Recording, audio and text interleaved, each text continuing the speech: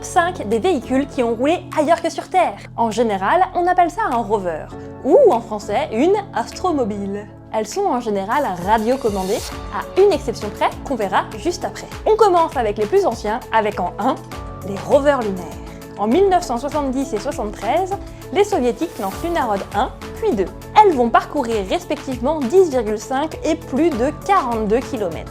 Elles seront suivies 40 ans plus tard par les rovers chinois Yutu en 2013 et Yututu en 2019. Tutu Yutu. Sans oublier le mini Jinshan de la mission Chang'e 6. 2. Les rovers lunaires conduits par des humains. Côté États-Unis, on opte pour des véhicules tout-terrain conduits par des humains sur place. Un exploit encore jamais réitéré. Seuls 3 exemplaires de ces rovers lunaires Apollo ont roulé sur la Lune, parcourant au total un peu plus de 90 km. On change maintenant de corps stellaire avec 3, les rovers martiens. Sur Mars, les États-Unis ont longtemps eu l'exclusivité. Du petit Sojourner en 1997, à peine 30 cm de haut, à Persévérance et sa bonne tonne depuis 2021, la NASA a fait rouler au total 5 astromobiles sur la planète rouge. Spirit et Opportunity en 2004 et Curiosity en 2012. À ce jour, une seule autre nation a renouvelé cette prouesse.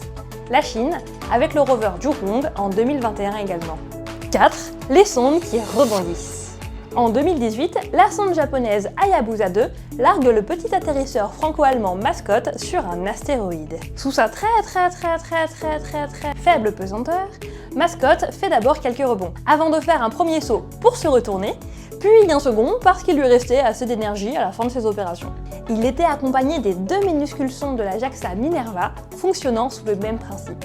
Une roue interne plutôt que des roues externes. On termine avec 5, les voitures qui n'ont pas roulé dans l'espace, mais on pouvait difficilement faire l'impasse. Cette première image a été prise en 1975 au Centre spatial guyanais. Celle-ci date de 2018 et si elle ne roule pas, elle se déplace quand même à plus de 120 000 km/h. Bonus, idée fixe. Bon, lui, il est encore sur Terre, mais il décollera en octobre 2026 vers Phobos, une des lunes de Mars. Et toi, c'est quoi ton top 1 ?